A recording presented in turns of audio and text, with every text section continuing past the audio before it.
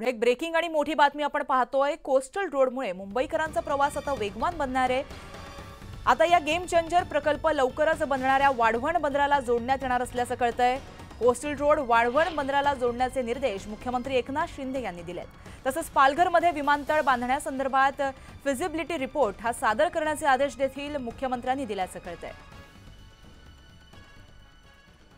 तर याबाबत आपण अपडेट जाणून घेतोय आमचे प्रतिनिधी मयुरेश यांच्याकडून। मयुरेश, नक्कीच काल मुख्यमंत्र्यांनी हे जाहीर केलेलं की हा जो कोस्टल रोड आहे तो पुढे पालघरपर्यंत जाईल, पण जी माहिती आपल्याला येते की वाढवण बंदर ज्याचं नुकतंच जे आहे त्याचा शिलान्यास आपण म्हणूया किंवा प्रधानमंत्री नरेंद्र मोदी त्यासाठी मुंबईत आलेले होते आणि मग पालघरला गेलेले, त्या वाढवण बंदरापर्यंत हा कोस्टल रोड जो आहे तो कुठेतरी कनेक्ट करण्यात येईल किंवा कोस्टल रोडशी ते वाढवण बंदर कनेक्ट करण्यात येईल, ही एक माहिती मिळते। आणि दुसरी सगळ्यात महत्वाचे निर्देश मुख्यमंत्र्यांनी जे महाराष्ट्र शासनाला दिले ते आहेत की पालघरमध्ये एअरपोर्ट बांधण्यासाठी एक फिजिबिलिटी रिपोर्ट जो आहे तो त्यांनी सबमिट करायला सांगितलेला आहे।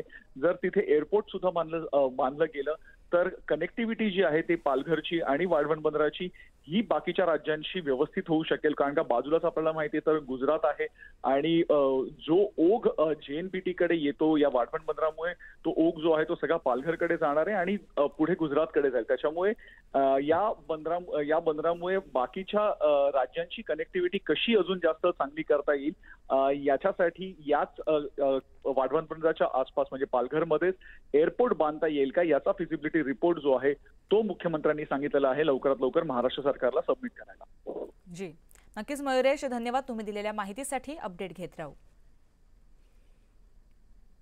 पुढची बातमी येते महायुतीच्या गोटातून। तर महायुतीने विधानसभेसाठी शंखनाद केलाय। विधानसभा निवडणुकीची तारीख अजून जाहीर व्हायची आहे, मात्र महायुतीत सुद्धा 100 जागांचा फॉर्म्युला ठरल्याचं आता समोर आलंय। 50-25-25 असा 100 जागांसाठी महायुतीचा फॉर्म्युला ठरल्याची माहिती समोर येते। यामध्ये मोठा भाऊ अर्थातच भाजप असणार आहे। भाजपच्या 50 तर शिवसेना आणि राष्ट्रवादीच्या प्रत्येक 25 जागा असतील। जागा वाटपाचा निर्णय महिना अखेर जाहीर करण्यावर महायुतीने भर दिल्याचं कळतंय।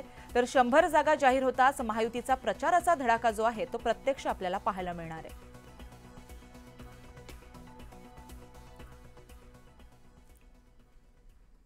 दरम्यान विधानसभेत महायुतीला घवघवीत यश मिळणार असून पुन्हा बहुमतापेक्षा आकडा गाठून महायुती पुन्हा सत्तेत येणार असं शंभूराज देसाईंनी म्हटलंय। तसंच मला विचाराल तर मुख्यमंत्री एकनाथ शिंदे व्हावेत अशी मी गणरायाकडे प्रार्थना केली आहे असं देखील त्यांनी म्हटलंय। मात्र या संदर्भात पक्षातील अंतिम निर्णय हा वरिष्ठ नेते घेतील असं सुद्धा त्यांनी स्पष्ट केलंय। सर्वे वेगळे वेगळे येतात, सर्वे आज एक येतो, उद्या एक येतो, सकाळी एक येतो, दुपारी एक येतो, सर्वे वेगवेगळे येत असतात। मी आपल्याला दगडूशेठ गणरायाच्या दारात सांगतोय की महायुती महाराष्ट्रामध्ये बहुमतापेक्षा कितीतरी पुढचा आकडा गाठून पुन्हा सत्तेमध्ये येईल। दरम्यान निवडणुकीमध्ये महाविकास आघाडीलाच भरभरून यश मिळेल असं संजय राऊत म्हणाले होते। तर यावर नितेश राणेंनीही राऊतांवर जोरदार टोला लगावलाय। पाहूयात। आम्ही किमान 170 ते 175 जागा महाविकास आघाडी त्यांचे घटक पक्ष मिळून जिंकू, याबाबत कोणाच्या मनात शंका असण्याचं कारण नाही। अगदी देवेंद्र फडणवीस, एकनाथ शिंदे, अजित पवार हे सुद्धा खासगीत हाच आकडा देतील महाविकास आघाडीचा। बाकी त्यांनी वर आता कितीही वरवरच्या बाता किंवा गोष्टी करू द्या। संजय राजाराम राऊतला सांगेल, तू आमच्या फडणवीस साहेबांबद्दल आमच्या घराबद्दल चिंता करण्या अगोदर तुझ्या महाविकास आघाडीचे उमेदवार बघ, कार्यकर्ते बघ। कित्येक लोकांना महायुतीमध्ये लढण्याची इच्छा आहे। त्यांनाही माहिती आहे की महाविकास आघाडीच्या कुठल्याही पक्षाचं तिकीट मिळालं तर आमचं निवडून येणं काय खरं नाही। म्हणून आमच्या घरात काय चाललंय की दुसऱ्यांच्या घरातल्या बारशामध्ये पेढे वाटण्यापेक्षा स्वतः काहीतरी स्वतःच्या घरामध्ये दिवा लाव तर अर्थ राहील त्या गोष्टीला। दरम्यान येणाऱ्या निवडणुकीमध्ये मुख्यमंत्री कोण होणार यावरून चर्चा रंगू लागली आहे। शंभूराज देसाई आणि अंबादास दानवेंनी या संदर्भात भाष्य केलंय। यावेळेस बोलताना शंभूराज देसाईंनी अंबादास दानवेंनी जोरदार टोला लगावलाय। मला विचाराल शंभूराज देसाई म्हणून तर आमचे नेते माननीय एकनाथजी शिंदे साहेब मुख्यमंत्री व्हावेत, मी गणरायाला साकडं घातलंय, पण मुख्यमंत्री ठरवण्याचा अधिकार महायुतीतल्या 3 वरिष्ठ नेते महाराष्ट्रातले जे आमचे आहेत, शिंदे साहेब, फडणवीस साहेब आणि दादा, ह्या तिघांना आहेत. आणि दिल्लीमध्ये माननीय मोदी साहेब, माननीय अमित भाई शाह साहेब हे एकत्र बसून ज्याला कोणाला मुख्यमंत्री करायचा आहे त्याचा निर्णय घेतील. गणेशाच्या दारात आहे.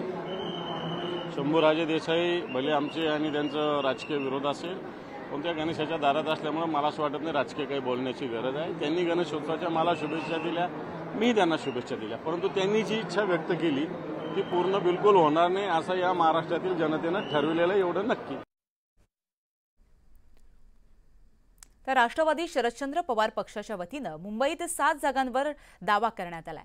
लोकसभा निवडणुकीमध्ये ईशान्य मुंबई मतदारसंघ आपला असताना महाविकास आघाडीमध्ये शरद पवार गटानं हा मतदारसंघ उभाटाला दिला होता.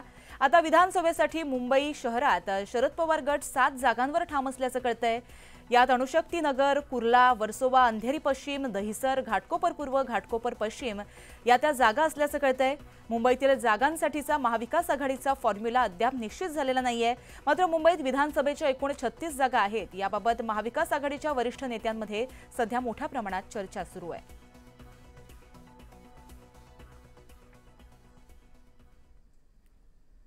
काँग्रेसचे खासदार राहुल गांधींनी आरक्षणासंदर्भात केलेल्या विधानानंतर भाजप चांगलंच आक्रमक झालाय. राहुल गांधींनी केलेल्या आरक्षण विरोधी वक्तव्याचा निषेध करण्यासाठी भाजपच्या वतीनं घाटकोपरमधील रमाबाई आंबेडकर नगर इथं आंदोलन करण्यात आलं. तर आशिष शेलार आणि पंकजा मुंडेंच्या नेतृत्वात हे आंदोलन करण्यात आल्याचं कळतंय. तर नाशिकमध्ये शालिमार चौकामध्ये डॉक्टर बाबासाहेब आंबेडकर यांच्या पुतळ्यासमोर भाजप कार्यकर्त्यांनी घोषणाबाजी करत आंदोलन केलं. छत्रपती संभाजीनगरमध्ये सुद्धा अशी स्थिती आहे. मंत्री अतुल सावेंच्या नेतृत्वात राहुल गांधींच्या प्रतिमेला जोडे मारून आंदोलन करण्यात आल्याचं कळतंय.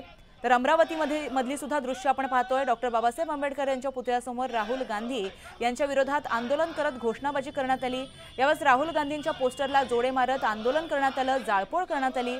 तर अकोल्यात सुद्धा भाजपचे प्रदेशाध्यक्ष चंद्रशेखर बावनकुळेच्या नेतृत्वात आंदोलन करण्यात आलंय.